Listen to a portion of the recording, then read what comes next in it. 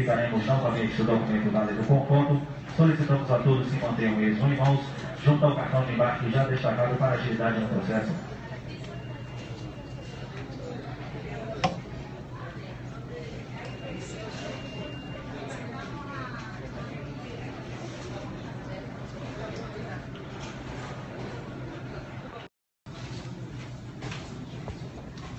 Fala, minha gente, muito boa tarde a todos.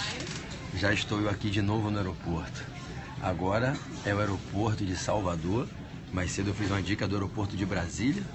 Mandar um beijo para meus professores Angélica Gliotti, Fabrício Bastos, os promotores de justiça, MP Rio de Janeiro, Portal F3. Alô, Angélica. PPPPPB, grande Fabrição, meu galã. Alô, Direito em Conquista, Mari, Heitor, tudo bem? Bom, eu vou ser rápido aqui com vocês. Sami, grande Sami, meu braço direito, grande Sami. Galerinha, eu vou embarcar aqui já, o meu voo já está embarcando esse aqui para o Rio. Eu vou puxar algumas dicas rápidas aqui. Eu vou pedir a vocês apenas que compartilhem com os seguidores, compartilhem essa transmissão com todos os seus seguidores, para a gente ser bem objetivo aqui. Deus vai me abençoar, eu vou dar algumas dicas no alvo que vão cair nas provas de vocês, tudo bem? Vamos lá, todo mundo convidando os seguidores, vamos aumentar essa live aqui, convida a rapaziada que é só dica top no alvo aqui do aeroporto de Salvador. Essa fila aí é a fila do meu voo, quando acabar eu tenho que entrar. Vocês sabem que eu sempre sou o último a entrar no avião dando dica para vocês, não é isso? Então vamos lá, direito constitucional. A banca pode perguntar uma questão amanhã sobre o regime jurídico das medidas provisórias. Lembremos-nos que medida provisória é uma fonte normativa primária, com força de lei, editável pelo presidente da República em situações de relevância e urgência. Medida provisória é uma fonte normativa primária, ela pode gerar normas gerais e abstratas e tem força de lei. Ela é editável pelo presidente da República em situações de relevância e urgência. Se houver previsão na Constituição dos Estados, o governador estadual pode editar medida provisória também, mas só se tiver previsão expressa na Constituição estadual. A medida provisória, para ser convertida em lei, ela precisa ser aprovada na Câmara e no Senado, e o quórum é de maioria simples. Maioria simples para aprovar a medida provisória, que sempre se converte em lei ordinária. Por que lei ordinária? Porque não cabe medida provisória em matéria de lei complementar. Se cair amanhã, lembre que a medida provisória ela produz efeitos por 60 dias, sendo prorrogável uma única vez, por mais 60 dias. Lembre que se a medida provisória não for aprovada, se ela for rejeitada, ela só pode ser reeditada na sessão legislativa anual seguinte, a partir de fevereiro do ano que vem. Do contrário, não cabe reedição no próprio ano. Lembre que se a contar da edição da medida provisória já tiverem passado os 45 dias e ela ainda não estiver sendo apreciada, ocorre o trancamento da pauta e ela é colocada em regime de urgência. Ela tem que entrar em pauta em regime de urgência, tranca-se a pauta e a MP tem que passar na frente dos projetos de lei para ser apreciada. Lembre que se for convocado uma sessão legislativa extraordinária no recesso do parlamento, a priori só se pode deliberar sobre o tema que é pauta da convocação, mas as medidas provisórias pendentes podem entrar na pauta. Então, convocado uma sessão legislativa extraordinária, só se delibera sobre aquilo que motivou a convocação. A exceção são as medidas provisórias, que podem entrar na pauta. Lembre ainda que é vedado medida provisória em algumas matérias importantes, lá do artigo 62, parágrafo 1º da Constituição. Lembre que não cabe medida provisória em matéria de nacionalidade, cidadania, não cabe medida provisória em matéria de direitos políticos, eleitorais e partidos políticos. Se cair amanhã, você marca verdadeiro, tá? Não cabe medida provisória para disciplinar nacionalidade, cidadania. Então, a medida provisória é sobre naturalização, não pode. Nacionalidade, não pode. Então, não cabe medida provisória em nacionalidade, cidadania. Não cabe medida provisória para disciplinar matérias de direito penal, processo civil. Não cabe medida provisória para promover a organização do Ministério Público e do Judiciário, bem como fala das garantias dos membros da carreira. Não cabe medida provisória para tentar promover medidas cautelares de sequestro, arresto de bens, não pode. Não cabe medida provisória para falar do plano plurianual, da lei de diretrizes orçamentárias, dos orçamentos anuais. São vedações à medida provisória, tudo bem? Bom, no direito administrativo, eu acho que a banca pode trazer uma questão amanhã envolvendo relações do poder público com o terceiro setor. Lembre que o terceiro setor não é o primeiro setor, que é o do Estado, nem é o segundo setor, que é o do mercado. O primeiro setor é o Estado, a administração direta e indireta.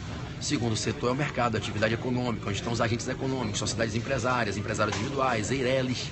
O terceiro setor é um setor formado por particulares, que não tem fim lucrativo, que não desenvolve atividade econômica, não é o mercado. É um setor em que os particulares se organizam, se associam para desenvolver atividades que são benéficas ao interesse coletivo. E o Estado fomenta, incentiva, apoia. E aí surgem organizações sociais não governamentais, ONGs, surgem as OS, que são as organizações sociais, as OCIPs, Organização Social da Sociedade Civil de Interesse Público, as EPCs, Entidade de Participação e Colaboração, e as entidades do Sistema S, SESI, SESC, SEBRAE, etc. O terceiro setor, se cai na prova, é formado por particulares, mas que não são empresários, não tem fim lucrativo, não desenvolvem atividade econômica. E qual é a relação do Estado com o terceiro setor? É uma relação de apoio, de fomento, de incentivo. E como é que o Estado apoia essas entidades privadas do terceiro setor, as OS, as OCIPs? De três maneiras. Ele transfere recursos financeiros, ele faz cessão de bens para uso e ele transfere recursos de pessoal, pessoas. Pode dar incentivos fiscais, dar benefícios tributários. Então, o Estado apoia, incentiva, fomenta as entidades que querem promover a saúde, a educação, o meio ambiente, a pesquisa lá no terceiro setor. A banca pode lhe perguntar qual é o nome do ajuste negocial que é feito entre o Estado e as OS e o ajuste social que é feito do Estado com as OCIPs. Lembre, o nome é diferente, as características desse ajuste, desse contrato é diferente. O Estado fazendo o seu contrato com a OCIP, com P no final, OCIP com P, termo de PPPP, parceria. OCIP, PPPP, termo de PPP, parceria. Mas se for com a OS, o nome é contrato de gestão. Contrato de gestão com a OS.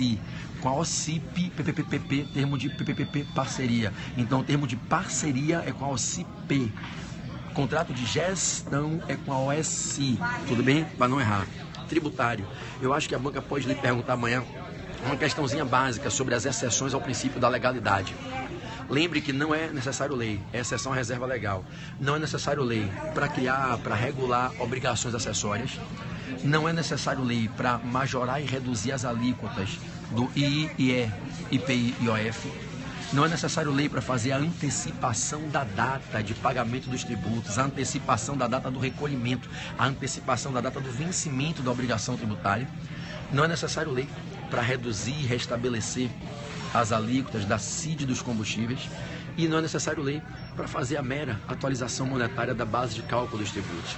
Lembre que não é necessário lei para fazer a mera atualização monetária da base de cálculo dos tributos, não é necessário lei para antecipar a data de recolhimento, não é necessário lei para majorar e reduzir alíquotas do II, IE, IPI e IOF, não é necessário lei para reduzir e restabelecer as alíquotas da CID dos combustíveis, não é necessário lei para criar obrigações acessórias, não é necessário lei para antecipar a data de pagamento de tributo. Qualquer dessas informações que aparecer amanhã, marque, é exceção à reserva legal, não depende de lei, eu não preciso de lei. Vamos lá. Direitos humanos. Lembre do chamado incidente de deslocamento de competência, lá do artigo 109, inciso 5, dígito A da Constituição e parágrafo 5º. O IDC, incidente de deslocamento de competência.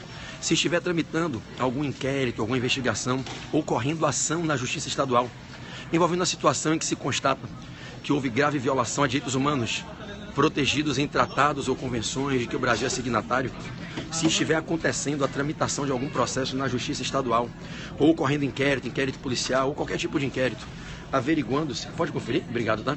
Averiguando-se uma situação em que houve grave violação a direitos humanos, que são protegidos por tratados ou contratos nacionais, convenções que o Brasil é signatário, o Procurador-Geral da República, o PGR, ele pode tentar levar o feito para a Justiça Federal, que é uma justiça mais célere, mais dinâmica, mais visível. Então o PGR, ele pode pedir ao STJ que autorize que o feito vá para juiz federal passar a apreciar. É o deslocamento de competência nas causas sobre direitos humanos. Então, o PGR, anote, o PGR suscita no STJ, o PGR pede ao STJ. Quem autoriza o deslocamento é o STJ. E se o STJ autorizar o deslocamento por pedido do PGR, quem vai julgar é juiz federal. Então, na prova, o incidente de deslocamento de competência, ele é suscitável pelo PGR. Quem decide se desloca ou não é o STJ. E se o STJ mandar deslocar a competência, quem julga a partir de então feito é juiz federal. Nas matérias que envolvem direitos humanos, havendo graves violações, em situações que fazem parte de tratados que o Brasil é signatário. Tudo bem? Tudo ótimo. Bom, uma para fechar agora de ética. Todo mundo já entrou no avião, só falta eu. Tem que correr, já pensou? Se os caras fecham a porta e me deixam aqui fora, eu não embarco pro Rio de Janeiro. Ética. Galerinha, lembrem que com as recentes inovações que a gente teve esse ano no Estatuto, se tornou possível uma sociedade de advogados em que todas as cotas pertencem a um único advogado. É a sociedade unipessoal de advocacia. Então hoje eu posso ter duas formas estruturais de uma sociedade de advogados. A sociedade simples de advocacia e a sociedade pessoal, unipessoal, formada por um único advogado, qualquer que seja a razão. Lembre-se, cai na prova, que para um advogado constituir uma sociedade unipessoal de advocacia, ele não precisa motivar, é independente de motivação. Ele resolve que todas as cotas vão ser dele e que uma pessoa jurídica para advogar, tendo uma pessoa jurídica dele, todas as cotas dele. E lembre mais, lembre ainda que esse advogado, quando ele quiser constituir a sua sociedade unipessoal de advocacia, obrigatoriamente no nome dela tem que vir a expressão Sociedade Individual de Advocacia, CIA, Sociedade Individual de Advocacia, tem que vir no nome da sociedade unipessoal, tudo bem? Ó, entrando aqui no avião, ó, garoto, olha a pau do avião, vou entrar. Então, não se esqueçam que hoje se admite a sociedade de advogados que não seja a sociedade simples, com um único sócio, titular de todas as cotas. Ela se chama Sociedade Unipessoal de Advocacia. Agora, no nome dela, tem que existir a expressão Sociedade Individual de Advocacia, tudo bem? Já estou entrando aqui no avião, ó. Vou tentar dar algumas dicas aqui de dentro, vamos ver se o sinal não vai cair. Boa tarde, tudo bem? Boa tarde, boa tarde. Deixa eu ver se o sinal não vai cair. Pera aí, só um segundo. Não desliga não. Ô, Pamplona, tá aí nos Estados Unidos, irmão? Só um segundo. Não desliga não, só um segundo. Pera aí, tem que aguardar minha mala aqui, pera aí.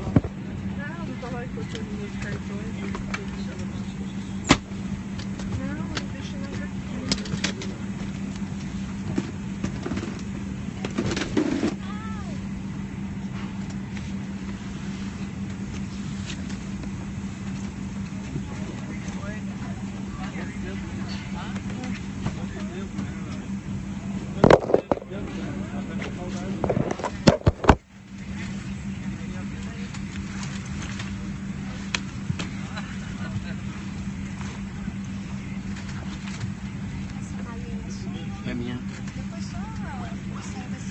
Tá, consigo. Ai, eu achava que eu conseguia. Obrigado, tá? Tô tão acostumado com essa mala aí, tem mais hora de voo com muita gente. Já tô até tão acostumado a não despachar a mala, vem no tamanho certinho, pra não ter problema. Obrigado, tá? Jesus te abençoe, tá? Vamos lá, galera, ainda vai dar tempo aqui fazer, ó, com minha cocadinha baiana aqui, estão vendo? Computador para ir digitando processo civil no avião. Vamos lá, enquanto eu tenho esse tempinho aqui, ó, bebi a bordo, deu tempo, partindo pro Rio de Janeiro, pro gabaritando, pro papo final do portal. Vamos lá, mais uma leva de dicas, vamos lá. Direito civil, todo mundo atento agora, direito civil. Gente, na prova pode vir uma questão envolvendo contratos. E na questão de contratos, a banca pode perguntar uma questão envolvendo a diferença de vício redibitório e evicção. Vício redibitório e evicção. Vício redibitório e evicção são garantias que se aplicam em contratos onerosos. Contratos bilaterais e onerosos, ok?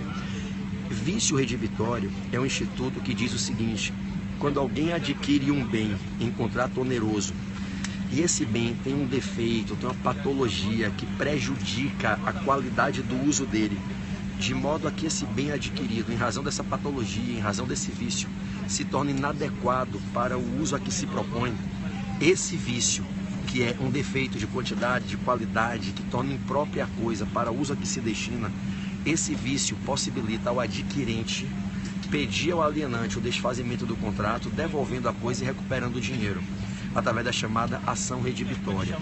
Mas caso o adquirente queira ficar com a coisa, mesmo que viciada, o vício redibitório possibilita a ele escolher ficar com a coisa, não desfazer o contrato, mas pedir um abatimento de preço. E aí ele usa a chamada ação de quantificação a menor, a actio quanti minores, para estimar um valor a menor que seja mais justo para ficar com a coisa defeituosa. Por isso o nome ação estimatória. Então preste atenção, vício redibitório, que é diferente de evicção.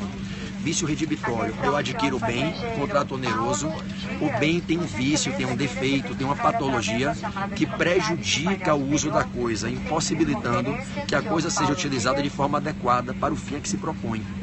Esse vício redibitório, que é um defeito de quantidade ou de qualidade, que torna a coisa inadequada para o seu devido fim, permite ao adquirente uma de duas opções. Ou o adquirente, grande Pamplona, um beijo, ou o adquirente devolve a coisa e recupera seu dinheiro desfazendo o negócio, ou ele continua com a coisa e pede o abatimento do preço. O nome das ações que ele usa nessas hipóteses são ação redibitória ou ação quanti minores. Se ele quer desfazer a coisa, ação redibitória. Desfazer o negócio, ação redibitória. Devolve a coisa, pega o dinheiro de volta, ação redibitória.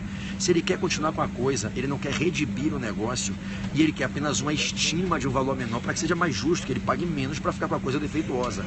Ação estimatória, chamada também de ação quanti minores, ok? Essas duas ações, a estimatória ou quanti minores e a redibitória, se apelidam ações edilícias. As ações edilícias, que eram antigamente em Roma, as ações se ajuizavam para que o ediles curules avaliasse se tinha ou não defeito, né? O ediles curules fazia a avaliação da coisa para analisar se tinha ou não defeito. Por isso a ação do ediles, daí o nome que vem do direito romano, ação edilícia. Então, as ações edilícias são para você poder se valer da garantia que a teoria dos vícios redibitórios proporciona no direito civil, tudo bem? O prazo para alegar o vício redibitório no direito civil é de 30 dias se for coisa móvel, 1 ano se for imóvel. Esse prazo corre pela metade se a coisa já estava nas mãos do adquirente, que já poderia ter visto o defeito. Aí, se a coisa adquirível já está nas mãos do adquirente, quando ele adquirir, se ela já tinha um vício, o prazo para alegar é de 15 dias na coisa móvel e 6 meses na imóvel, corre na metade. Se ele não estava com a coisa em mãos, o prazo, regra geral, 30 dias na móvel, 1 ano na imóvel. No direito civil só se pode alegar vício redibitório se o vício for oculto. No direito civil não cabe alegar vício redibitório se o vício for aparente ou de fácil constatação, só no CDC. Na relação não consumerista, direito civil puro, grava isso, se cair amanhã você marca verdadeiro. Só se pode alegar vício redibitório se o vício for oculto. Fora da relação de consumo, é assim. E não cabe alegar vício redibitório em contrato aleatório, só em contrato bilateral oneroso comutativo. Então, se cair na prova, contrato aleatório, contrato na modalidade empitio spei, empitio rei e speratae, não cabe alegar vício redibitório. O Código Civil, lá no 441, só autoriza alegar vício redibitório se houver contrato bilateral oneroso de natureza comutativa, prestações definidas, fixas e ajustadas com equilíbrio, ok? Bom, já no CDC, o critério para alegar o vício é diferente. Primeiro, no CDC eu posso alegar o vício do produto se o vício for oculto, aparente ou de fácil constatação. Oculto, aparente ou de fácil constatação. O prazo é de 30 dias se o bem for não durável, 90 dias se o bem for durável. Lá não interessa se é móvel ou imóvel, interessa se é durável ou não durável. Lembre o exemplo que eu dei essa semana do relógio.